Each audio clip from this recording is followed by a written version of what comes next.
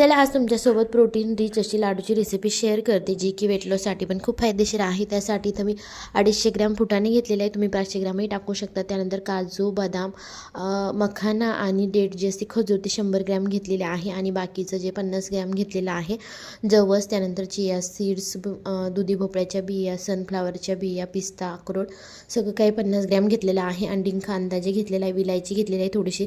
सगळं काही थोडंसं भाजून घेतलेलं आहे कढईमध्ये आणि मखाना जो आहे ना तो रोस्ट होईपर्यंत छान भाजून घ्यायचा आणि मिक्सरमध्ये बारीक करून घ्यायचं आहे आपल्याला। त्यानंतर ते फुटाणे आहे ना थोडेसे चाळून घ्यायचे, म्हणजे जे दाताखाली कचकच लागणार नाही। आणि खजूर जी आहे ना थोडीशी चांगली मिक्स करून घ्यायची, ती लवकर मिक्स होत नाही त्यामुळे।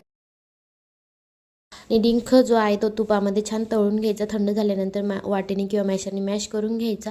त्यानंतर अर्धी वाटी तूप घेतलेलं आहे, 200 ग्रॅम गूळ घ्यायचा, तुपामध्ये छान पगळून घ्यायचा आणि यामध्ये मिक्स करायचं। तुम्हाला जर जास्त गोड पाहिजे असेल तर 250 ग्रॅम टाका आणि मस्त आपले लाडू तयार।